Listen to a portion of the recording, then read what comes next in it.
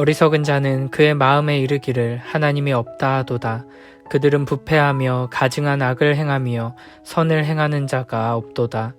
하나님이 하늘에서 인생을 굽어 살피사 지각이 있는 자와 하나님을 찾는 자가 있는가 보려 하신즉 각기 물러가 함께 더러운 자가 되고 선을 행하는 자 없으니 한 사람도 없도다. 죄악을 행하는 자들은 무지하냐. 그들이 떡 먹듯이 내 백성을 먹으면서 하나님을 부르지 아니하는도다.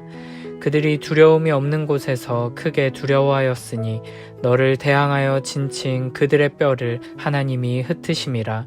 하나님이 그들을 버리셨으므로 내가 그들에게 수치를 당하게 하였도다. 시온에서 이스라엘을 구원하여 줄 자 누구인가? 하나님이 자기 백성의 포로된 것을 돌이키실 때 야곱이 즐거워하며 이스라엘이 기뻐하리로다. 시편 53편은 시편 14편과 쌍둥이 시편이라고 불립니다.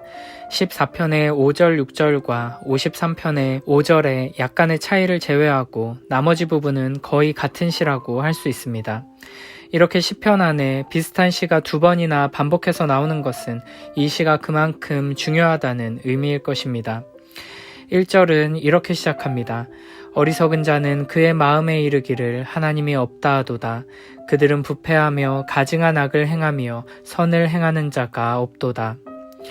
여기서 어리석은 자라고 번역된 단어는 히브리어로 나발인데 사무엘상 25장에 가면 하나님이 없다고 하는 어리석은 자, 나발이라는 이름을 가진 한 사람의 이야기를 만날 수 있습니다. 사무엘상 25장 2절 3절에 보면 나발은 양을 3,000마리, 염소를 1,000마리나 소유한 엄청난 부자였습니다. 그리고 그의 아내 아비가일은 총명하고 아름다운 사람이었습니다. 하지만 나발은 완고하고 행실이 악한 자였습니다. 다윗은 도망자로 지내는 동안에도 주변에서 양을 치는 목자들을 보호해주며 잘 지냈습니다.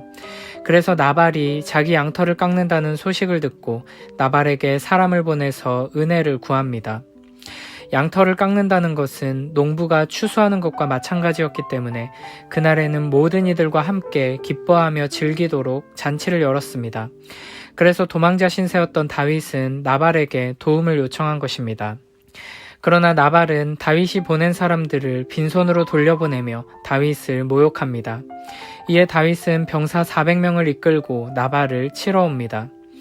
이 소식을 들은 나발의 아내 아비가일은 급히 음식과 함께 종들을 보냈고 자신도 다윗을 만나기 위해 움직입니다. 길에서 다윗을 만난 아비가일은 지혜로운 말로써 다윗을 진정시키며 이렇게 말합니다. 사무엘상 25장 25절입니다. 원하옵나니 내 주는 이 불량한 사람 나발을 개의치 마옵소서. 그의 이름이 그에게 적당하니 그의 이름이 나발이라. 그는 미련한 자니이다. 여종은 내 주께서 보내신 소년들을 보지 못하였나이다. 이렇게 지혜로운 아비가일은 큰 재앙을 맞고 결국에는 다윗의 아내가 되었고 어리석은 자 나발은 하나님의 심판을 받아 죽게 됩니다. 이 이야기 속에 등장하는 나발이야말로 시편 53편이 말하는 어리석은 자의 전형이라고 할 수 있습니다. 1절에서 어리석은 자는 그의 마음에 이르기를 하나님이 없다 하도다 라고 말하는데 하나님이 없다고 한다는 것은 단순히 철학적으로 신의 존재를 부정하는 사람들을 의미하는 것이 아닙니다. 이 당시 유대인들 중에 하나님의 살아계심에 대해 인정하지 않는 사람은 아무도 없었을 것입니다.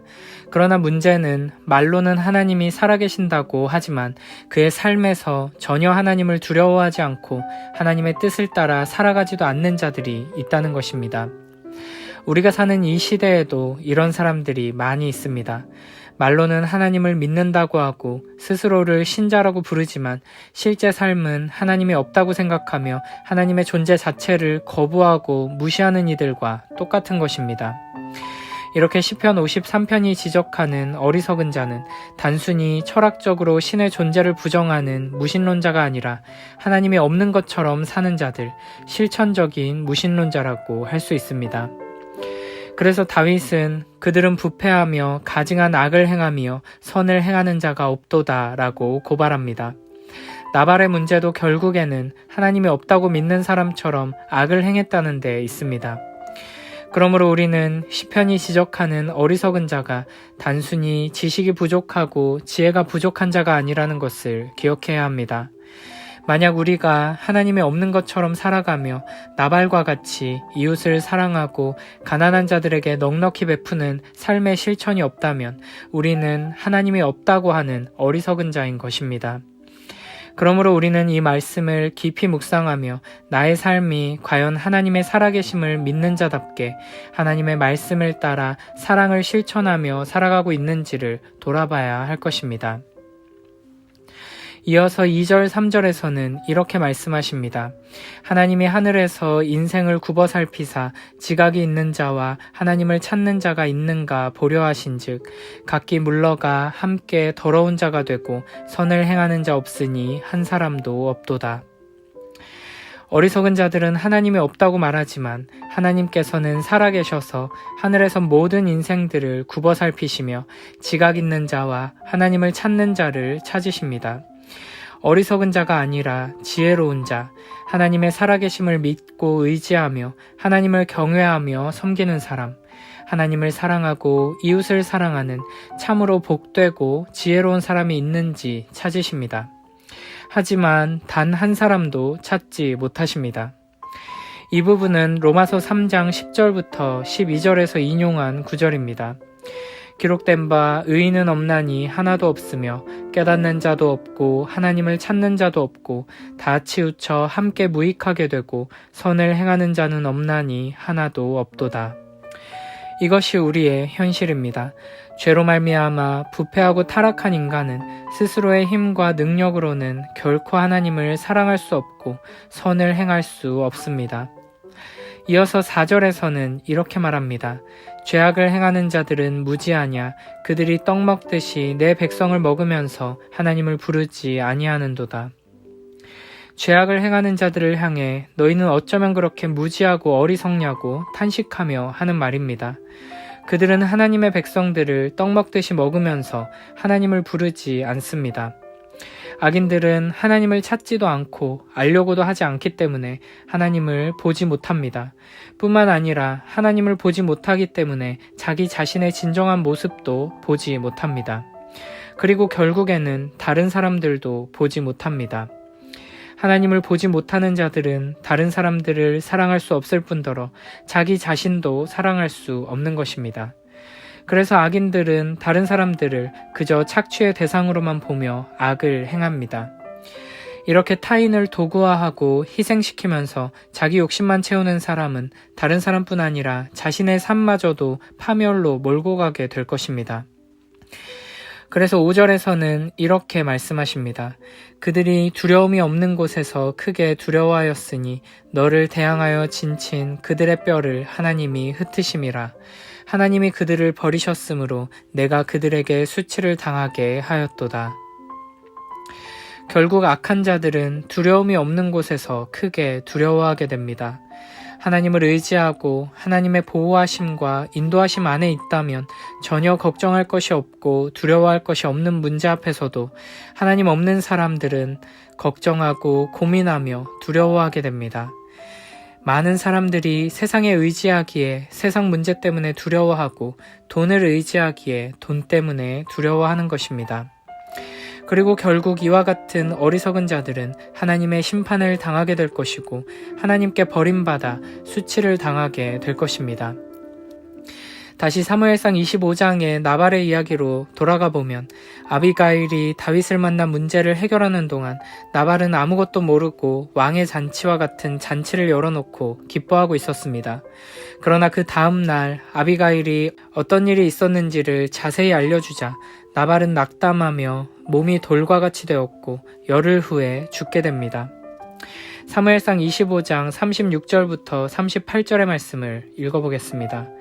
아비가일이 나발에게로 돌아오니 그가 왕의 잔치와 같은 잔치를 그의 집에 배설하고 크게 취하여 마음에 기뻐함으로 아비가일이 밝는 아침까지는 아무 말도 하지 아니하다가 아침에 나발이 포도주에서 깬 후에 그의 아내가 그에게 이 일을 말하매 그가 낙담하여 몸이 돌과 같이 되었더니 한 열흘 후에 여호와께서 나발을 치심에 그가 죽으니라. 이것이 바로 어리석은 인생의 비참한 최후입니다. 악인들은 세상을 다스리시고 심판하시는 하나님을 의식하지 않고 아무런 거리낌 없이 힘없는 자들을 압제하며 행복하게 잘 먹고 잘 살아갑니다. 그러나 하나님께서는 그들을 심판하셔서 그들로 하여금 수치를 당하게 하십니다. 마지막 6절에서는 구원하시는 하나님을 노래합니다. 시온에서 이스라엘을 구원하여 줄 자 누구인가? 하나님이 자기 백성의 포로된 것을 돌이키실 때 야곱이 즐거워하며 이스라엘이 기뻐하리로다. 어리석은 자들을 향한 하나님의 심판은 곧 하나님의 백성들에게는 구원이 됩니다. 어리석은 자들이 두려움에 몸이 돌같이 굳어버리고 하나님의 심판 앞에서 수치를 당할 때 하나님의 백성들은 포로된 처지에서 자유함을 얻게 될 것이고 하나님의 언약의 신실함과 그 영광을 경험하며 기뻐하게 될 것입니다. 그러므로 우리는 비록 우리 눈에 보이는 현실이 악인들, 어리석은 자들, 나발과 같은 이들이 판을 치고 그들에 의해 의인들이 고통을 당하는 상황일지라도 장차 우리에게 주실 은혜의 날, 구원의 날을 믿음으로 바라보며 소망 안에서 살아가야 할 것입니다. 그리고 이 일은 이미 예수 그리스도의 십자가에서 이루어졌습니다. 모든 사람이 죄를 범하였기에 하나님의 영광에 이르지 못했지만 그리스도 예수 안에서 속량의 은혜를 힘입어 값없이 의롭다 하심을 얻게 되었습니다. 로마서 3장 23, 24절 말씀입니다. 모든 사람이 죄를 범하였음에 하나님의 영광에 이르지 못하더니 그리스도 예수 안에 있는 속량으로 말미암아 하나님의 은혜로 값없이 의롭다 하심을 얻은 자 되었느니라. 아멘. 하나님께서는 어리석은 자를 심판하실 것이며 아무것도 두려운 것 없이 떵떵거리던 악인들을 큰 두려움에 떨게 하실 것입니다. 그리고 하나님의 백성들은 구원의 은혜를 누리며 기뻐하게 될 것입니다. 그러므로 어리석은 자들이 하나님이 없다 하며 부패하여 가증한 악을 행할 때 하나님의 백성들, 지혜로운 자들은 하나님을 경외하며 선을 행할 수 있는 것입니다. 이 말씀을 굳게 붙들고 매일매일의 삶 속에서 마음으로도 삶으로도 하나님이 있다 고백하는 자가 되고 하나님께서 찾으시는 하나님을 찾는 자가 되고 선을 행하며 하나님의 영광을 드러내는 우리 모두가 되길 축복합니다.